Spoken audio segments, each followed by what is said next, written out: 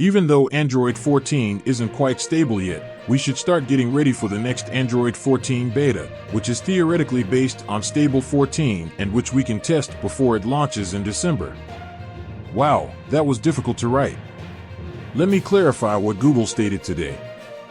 The quarterly platform release, QPR, upgrades for Android may be familiar to you since we often refer to them as the significant quarterly updates that arrive 3 times annually for Android versions. Around December, March, and June on average, Google sends out QPR builds to everyone with a compatible Pixel phone.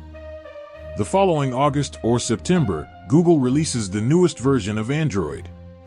Since the QPR releases are so significant, Google has maintained a beta program for them for a few years now, allowing Pixel phone owners to test everything before it is released to the general public and becomes stable.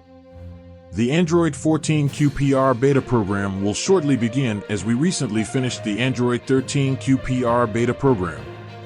And that concludes today's announcement. The Android 14 QPR1 beta will begin on September 18th the following week. The moniker QPR1 refers to the fact that this is the first Android 14 quarterly platform release.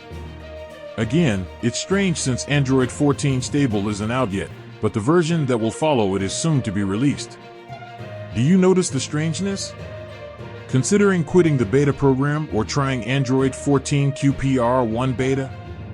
Great, here are a few things to be aware of.